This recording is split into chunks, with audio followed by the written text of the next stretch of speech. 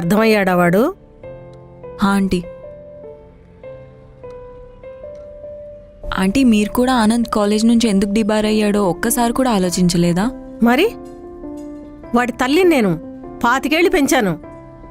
వాడి గురించేంటో నాకు తెలీదా? తెలీదా ఆంటీ? ఆనంద్ అందరిలా కాదా ఆంటీ? నాలా అస్సలే కాదు, అన్నీ లోపలే పెట్టుకుంటాడు.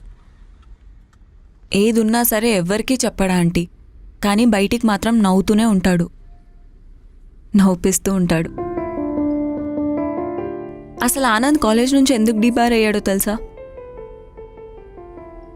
నేను ఒక అమ్మాయిని డీప్గా లవ్ చేశాను మాయా, చాలా డీప్గా. పేరు ఇషిక. నా బ్లడ్తో లవ్ లెటర్ రాసి మరీ ఇచ్చా. నేను మాత్రం చాలా డీప్గా లవ్ చేశాను. ఆ తర్వాత అర్థమైంది తను నన్ను అవసరానికి వాడుకుంటుందని. అంటే డబ్బులు తీసుకునేది, పికప్ డ్రాపు, ఒక సెక్యూరిటీ లాగనమాట.